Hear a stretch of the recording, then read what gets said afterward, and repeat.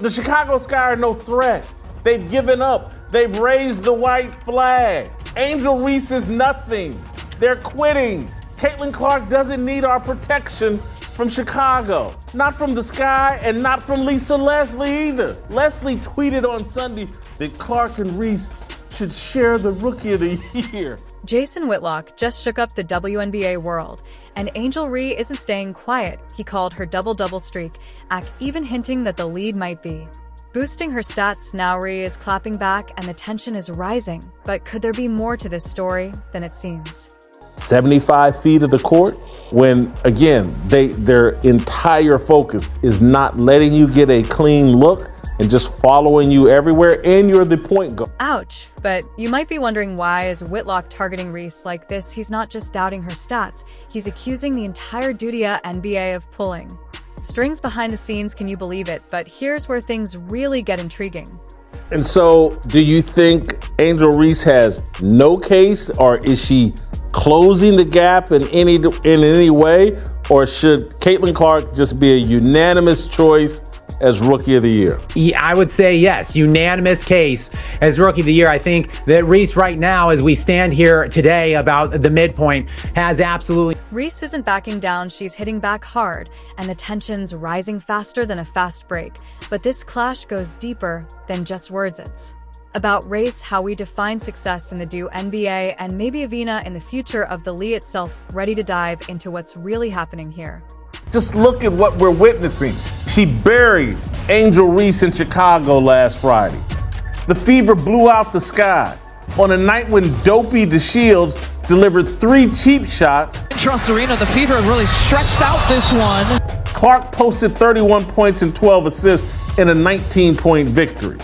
Show White exited the game to a round of applause and then sat and watched Sleazy Reese. While Reese and Whitlock are clashing, Caitlin Clark is quietly rewriting the WNBA record books. What if I told you her numbers are making even veteran players stop and take notice? Her impact goes far beyond the stats, and it's turning a whole lead upside down. Third worst record in the WNBA. The Fever currently stand at 17-16 this season with 7 games to play. They're the hottest team in the league since the Olympic break. They can win it all this season if, and only if, Caitlin Clark continues to elevate her efficiency and basketball IQ. You might be thinking, sure, rookies can have hot starts, but our Clark's number is really that special. Let me break it down. She's averaging 7 points per game. Not just good, that's elite level scoring for a first rounder. But here's the mind-blowing part. She's leading the entire WNBA with 4 assists per game, a rookie topping the lead, and assists that's unheard of.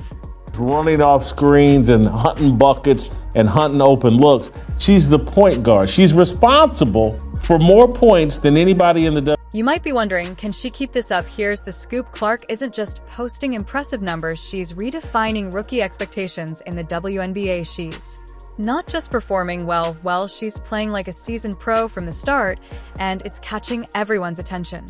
We don't even have to compare individual statistics. Clark beats Reese in every category except rebounding. The Dwarves are bigoted and jealous. Have you noticed the surge in attendance at Indiana Fever games? Fans are flocking to see Clark in action. TV ratings are soaring and social media is buzzing. Clark isn't just excelling on the court, she's expanding the WNBA's reach, drawing new eyes to the game that's a game changer for the league's future. Here's what Nancy Lieberman had to say. By far, she's going to be Rookie of the Year. If anybody thinks she's not, feel free to call me or hit me on Instagram or Twitter. Talk that talk, Nancy Lieberman. In the aftermath. But let's be real for a moment, it's not all smooth sailing for Clark. She's facing criticism, particularly for her high turnover rate and defensive play. However, here's where it gets interesting. Jason Whitlock, who's been tough on Angel Reese, has a different perspective on Clark's turnovers. Someone needs to say, Caitlin, you got to keep your focus. You got to value each possession. You can't play loose with the basketball. These turnovers, 7 a pop, are going to hurt you in the postseason. Period. End of story. You can't be that loose with the basketball. Whitlock argues that Clark's turnovers need to be viewed in context. He compares the intense defensive scrutiny she's facing to what Michael Jordan dealt with early in his career, a rookie getting Jordan-level defensive attention, that's wild. You know what happens when you feel like, hey, I'm not getting what I deserve? You become entitled. When you feel like you're not getting the recognition you deserve, it can make you feel entitled. Now get this, Clark's three-point shooting is at 33.6%. She's not just any rookie, she's the main target for every opposing team's defensive strategy. Instead, they're inbounding the ball, and Angel Reese has her hands up. She's posted up over the middle. They're running a play just to get her a bucket. Here's what's truly remarkable about Clark. Despite the turnovers and shooting challenges, she remains the centerpiece of her team's offense. She's not just putting up points, she's creating opportunities for her teammates. That's what makes her so valuable to be Indiana Fever. And speaking of shaking things up, while everyone's focused on Angel Reese's double-doubles, are we missing the bigger picture? Whitlock dismissed Reese's streak as a gimmick. But is it really? Let's dive into the hidden impact that might be changing the game in unexpected ways. Had her stats in the final 90 seconds. Sleazy, dopey, angry Carter, and their coach, Weavy Weatherspoon, have lost 8 of their last 10 games. The Sky are tied for the last playoff spot with Atlanta. I think they're tanking. Consider this: Reese's rebounding isn't just about boosting her stats, it's a key element of her team's strategy. When she grabs those boards, she's not just adding to her numbers, she's creating second chances and shutting down opponents' opportunities. That's not a gimmick, it's game-changing basketball. Now, he might ask, if Reese is so good, why are the Chicago Sky struggling? It's true, they've lost 8 of their last 10 games, but here's the twist: basketball is a team sport. No matter how talented one player is, they can't carry an entire team alone. Reese's individual brilliance might be overshadowed by broader team issues, but that doesn't diminish the value of her contributions. Clark is averaging 16 points, 7 assists, 6 rebounds, something along those lines. And Reese is averaging like 14 points per game, 12 rebounds, and 2 assists. And like I said before, Clark is, without question, to me, the best player on that team. Reese is not that on her own team. And again, let's factor in the team success, same number of wins, so Reese isn't gaining any headway there. And then overall, again, Jason, the overall popularity, I mean, I'm sure you have discussed this ad nauseum, but I mean, when you look at really the impact of Caitlin Clark, it's absolutely astounding. Let's talk playing styles. Caitlin Clark's game is all about flashy three-pointers and highlight repasses, while Angel Reese brings a completely different approach. The WNBA benefits from having both of these diverse styles. They not only make the game more exciting to watch, but also challenge every player to adapt and elevate their game. Reese isn't just competing, she's pushing the boundaries of what's possible in women's basketball. Reese is averaging like 14 points per game, 12 rebounds, and 2 assists.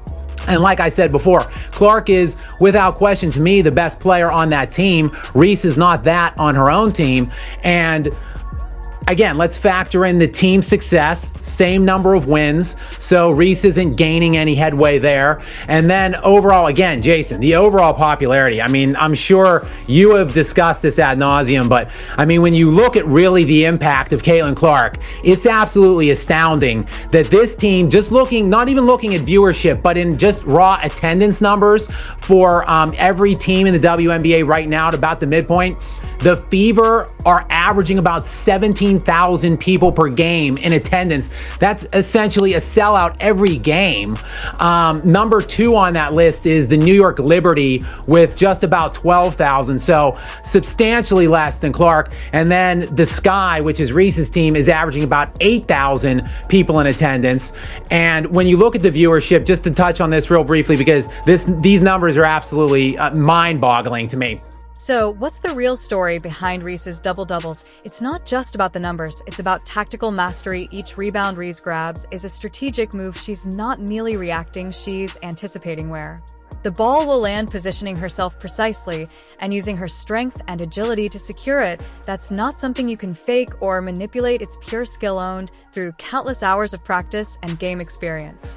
Body in the WNBA, when you combine her assists and points, she's responsible for more points than anybody in the WNBA. That again is why I consider her Rookie of the Year without question.